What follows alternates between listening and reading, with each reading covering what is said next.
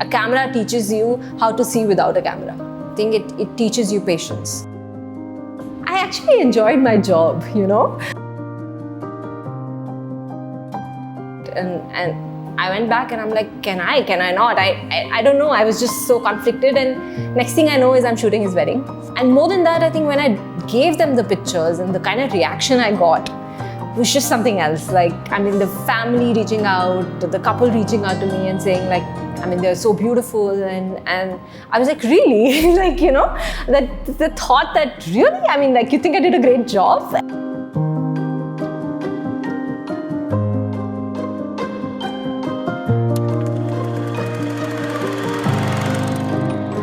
So thank you so much for making time and coming down to our place, Manvi.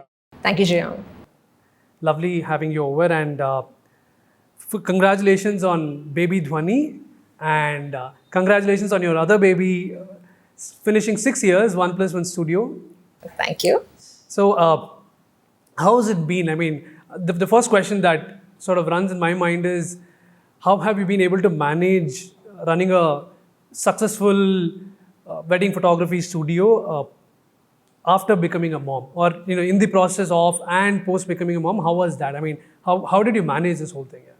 It's been great. I think being a mom has been great. But then at the same time, I feel like I do feel 1+1 is my first baby.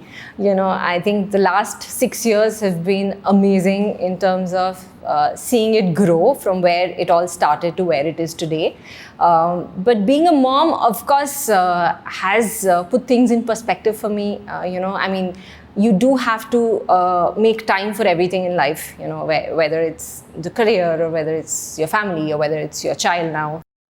Fantastic. I also know, that you shot until like very late, just almost like a month or so. 8 months. 8 months. And you went out to shoot right after. Yes, I think in my second month, I did go out, yeah. Was it more like the itch to go out and shoot, or was it, yeah, this is fine, Dhwani is good, she's in safe hands, I got to do what I got to do as well? So was it that? I think it was a bit of both. I think there was this urge to kind of like go back to it, knowing that, like you said, baby Dhwani is fine, and like the support system's there, which also meant like, I had to take care of her feeds, and I had to like make sure that, she has her stuff, and like my mother's okay and taking care of her, and so is Ravi, and I think I could go back to it. I think there was a bit of both. Like, I knew she's okay, and I also wanted to go back to shooting and like just being at the wedding, because it gave me this freedom to like sort of be on my own for a bit and see that I have that, and like I'm doing that still. Lovely. So let's talk a little bit about 1+1 Studio. I'm very curious to know, how did it all start? And perhaps, I'll take a step back and want to know, even before starting the studio, right? When was the first time you actually held a camera, and what were your emotions around it? Yeah? It's an interesting story. I think it goes way back in school when we were in my summer holidays. We were going to Agra to see the Taj Mahal. And it was my first time, and I told my parents like I would love to have a camera to kind of go shoot it, and I was given one. It was those reel cameras, those Kodak film cameras, and I was super excited because I thought that not just the fact that I will get to shoot, but also I'll get to shoot Taj Mahal. I think that itself was like a big deal. And of course, I think the beauty of that place is so much that it just took my happiness to another level. Not just the fact that I was shooting, but I was shooting Taj Mahal, So I think I remember taking pictures of my parents there, and like those typical touristy pictures, not understanding frames and composition at that point in time, but just enjoying with the camera. For me, it was very similar. It all started with just shooting during a holiday. We were in the south, so I went to Kodaikanal. So my mom was like, yeah, take this camera, shoot. And I don't think they looked at it as photography, nor did I.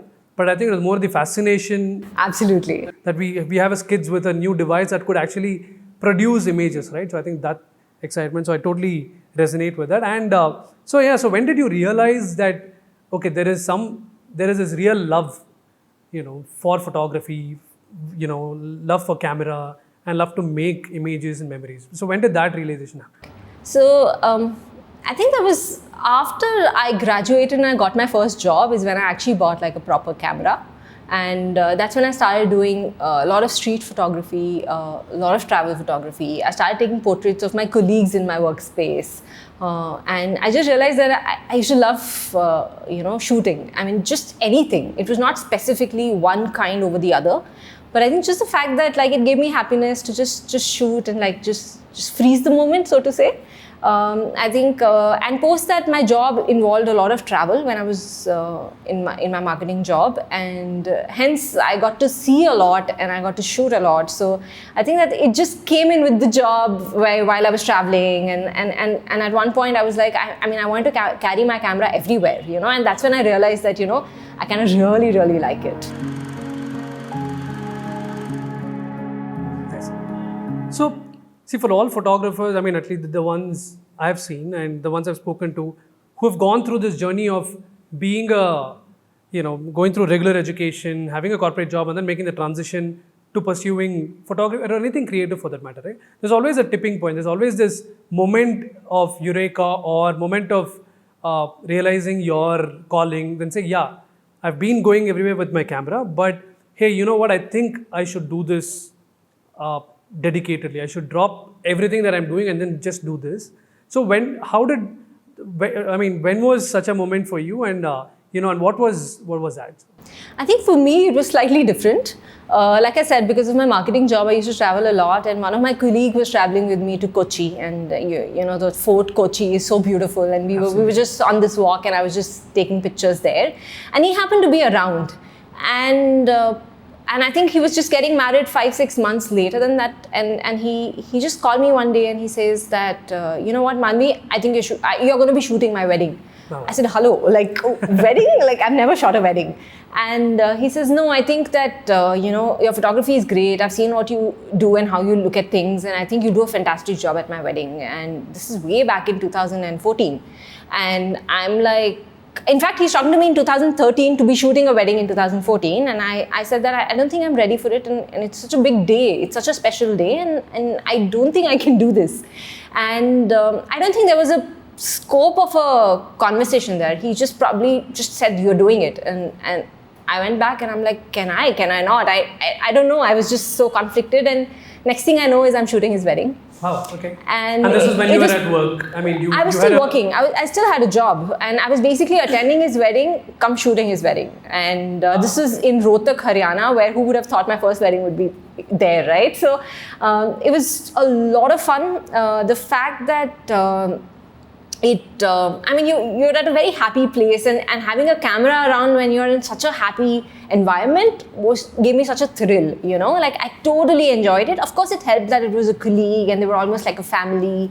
And, unlike the weddings where you walk in and you don't know people sometimes, right? So I think it was very different with that wedding. And more than that, I think when I gave them the pictures and the kind of reaction I got, was just something else. Like, the family reaching out, the couple reaching out to me and saying like, they're so beautiful, and I was like, really? like, that the thought that really, you think I did a great job, and I just thought to myself that, doing something you love in a place that's so happy, and people really telling you, how many jobs do your managers like kind of come back to you and say, oh, wonderful, we love your job, right? Like, what you're doing.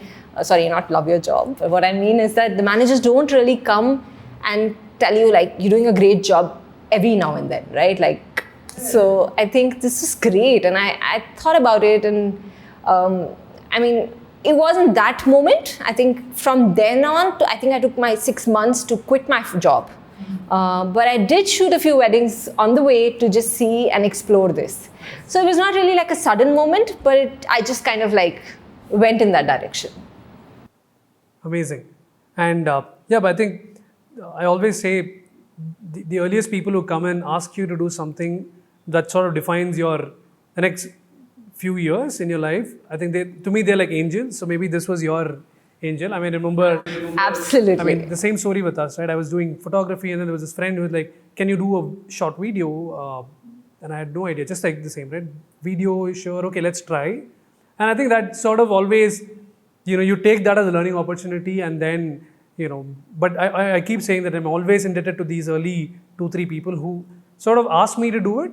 And yeah, of course we did it, but I think had they not asked, I always keep wondering what would have happened. Maybe, you'd have, what if that friend hadn't, or what if you had said, no, I don't want to, and the friend is say, okay, fine, and find somebody else. Absolutely. I think I'm grateful, and I think I keep saying that to him as well. And I was like, it's because of you I am doing this, and I was just exposed to something that I didn't even know I could do and be good at and love it.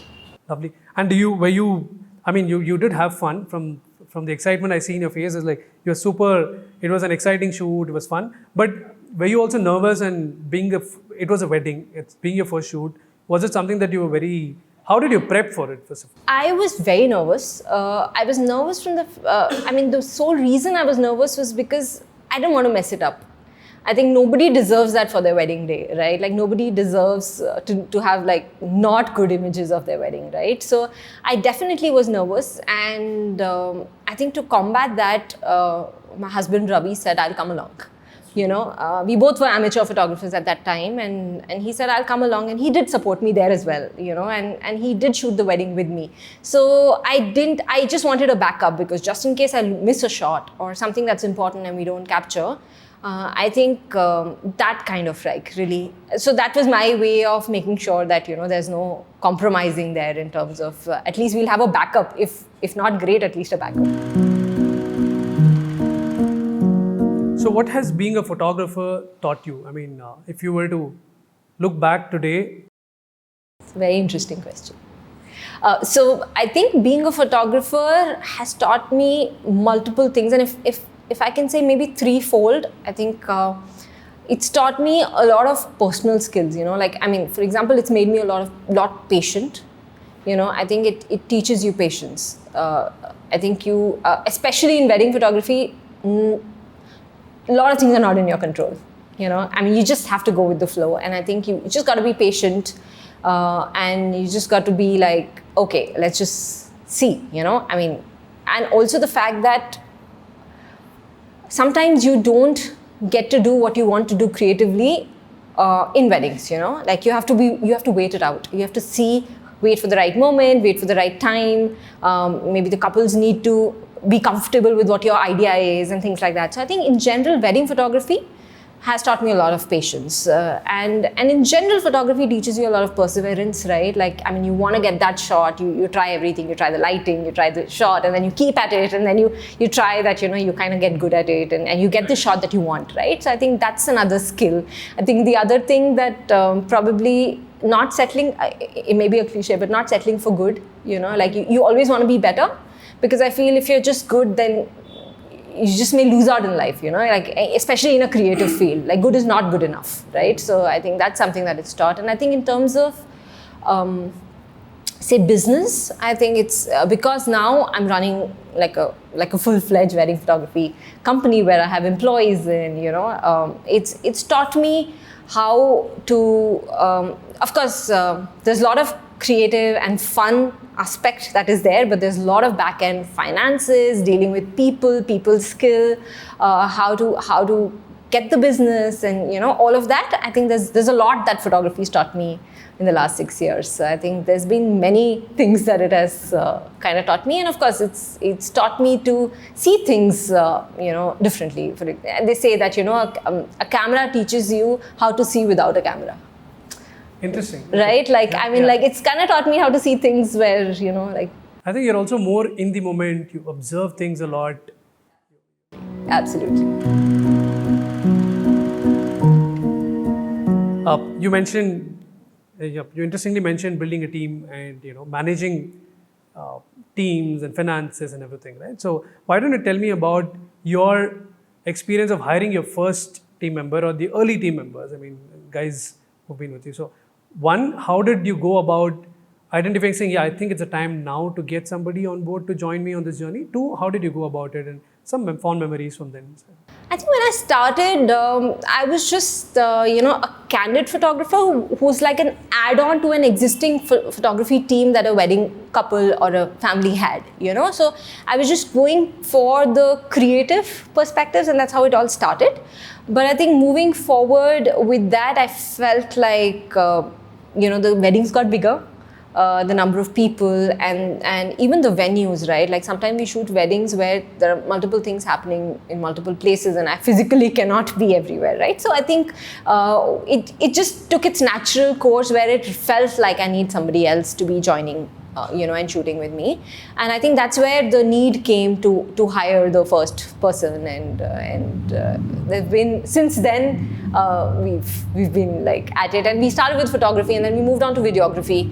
So we also shoot videos at the wedding. So then there's another set of people who've been hired for it. So that's how it's just taken its natural course, and there's been a need, and then there's been a hire.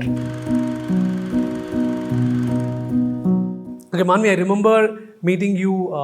You're the first photographer I met when I decided to, when I quit my job and decided to pursue photography. I remember we met here, right opposite this building, and it was really nice, memorable, and I think thank you first of all for that.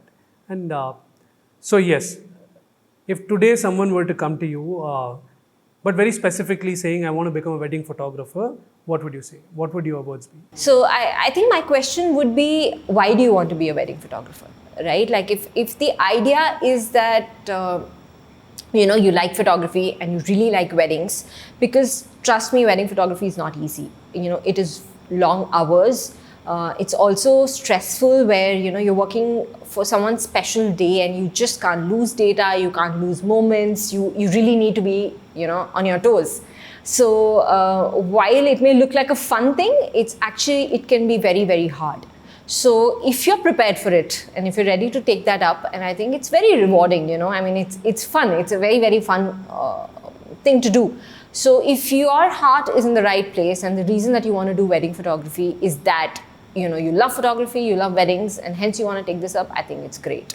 And what I would tell them is to shoot a few weddings, and see for yourself that, is this, I think I even had this discussion with you, right? Like I said, like maybe go. And I remember joining you, I completely forgot, but I remember joining you for a wedding as well, right? So, and I've had a lot of people come with me for weddings when they reach out and they say that, we really want to do wedding photography.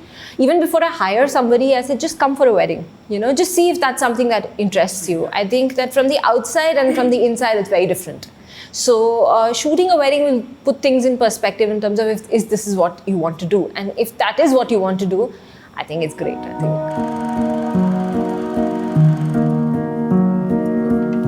And how do you differentiate yourself from the crowd there?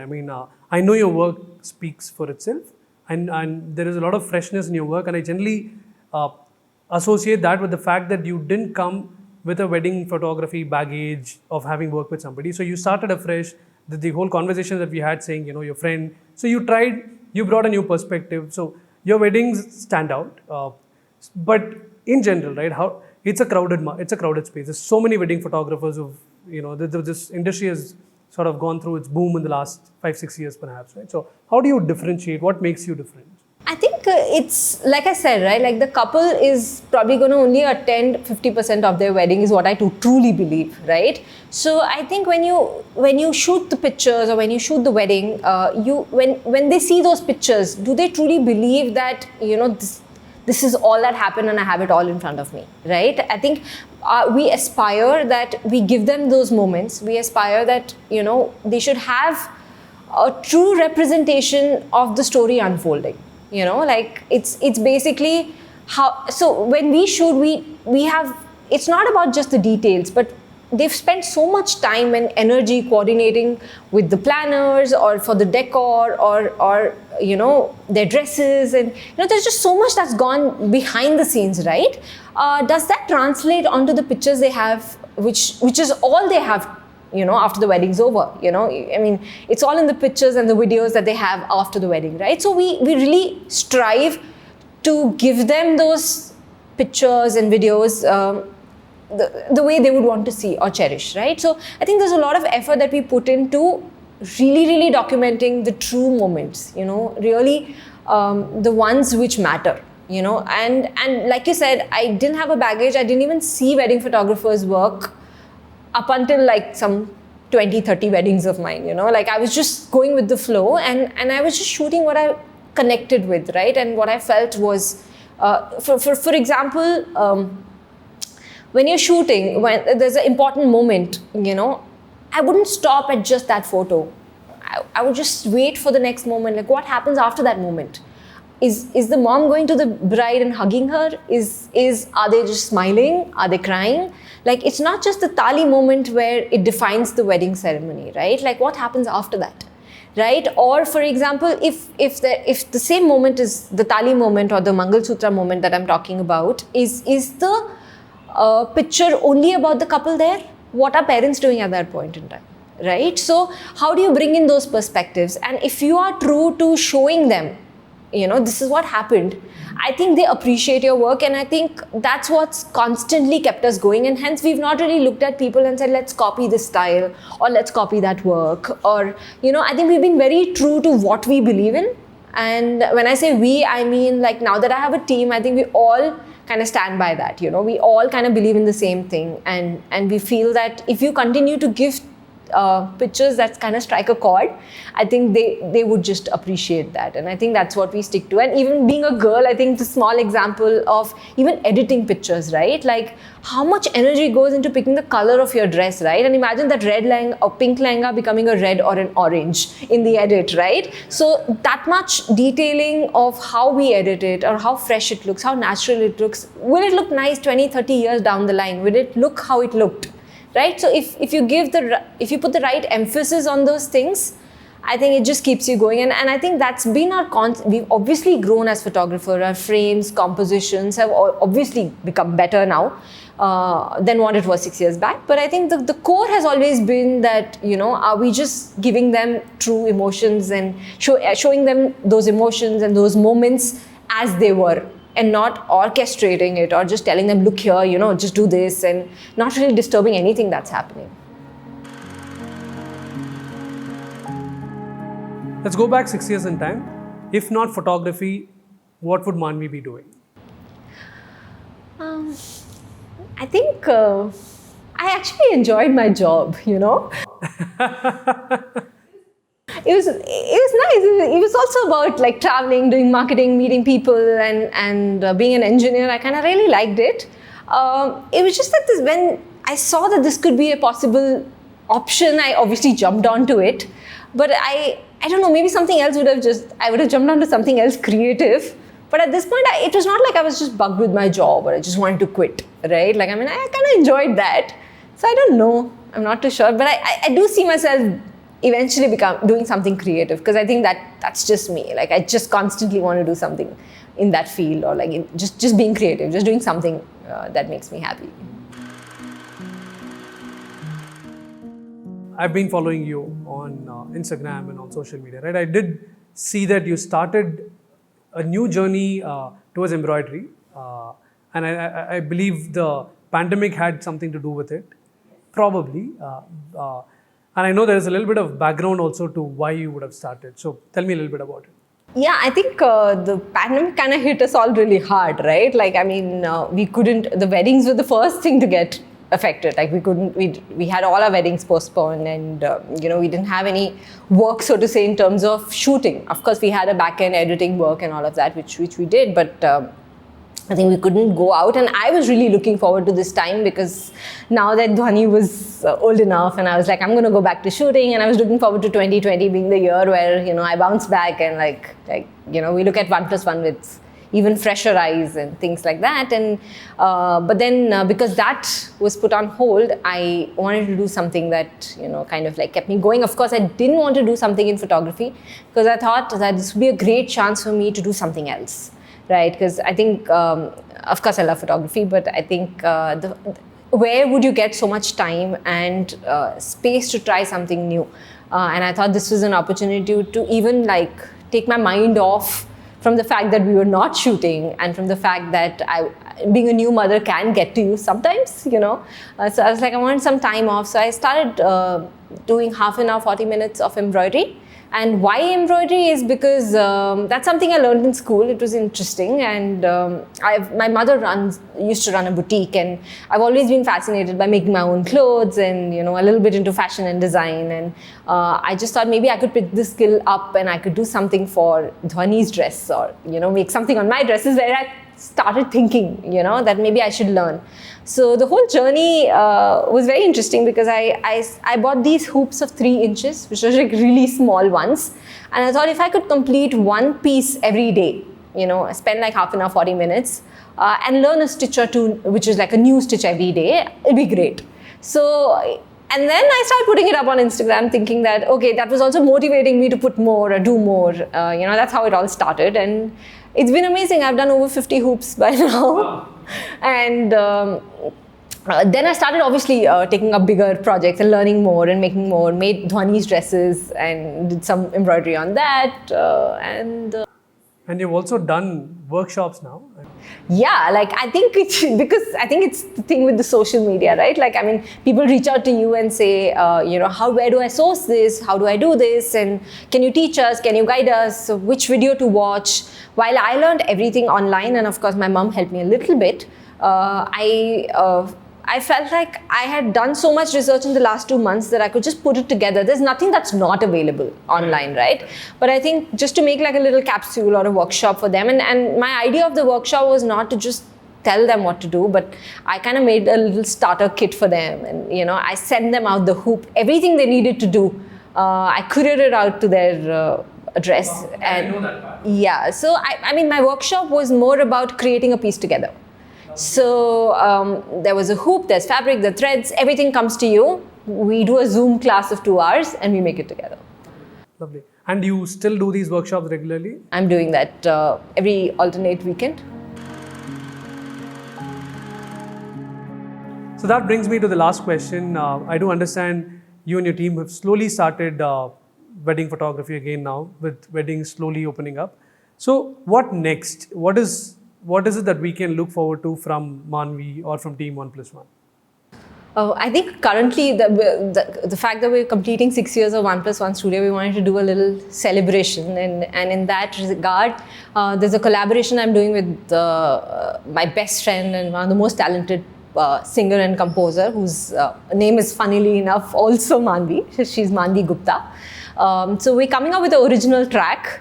And that's going to be released very soon, and the video of it has a show reel of all our work of 6 years that we have shot, and it's going to be soon out, and I'm very, very thrilled to be launching that very soon.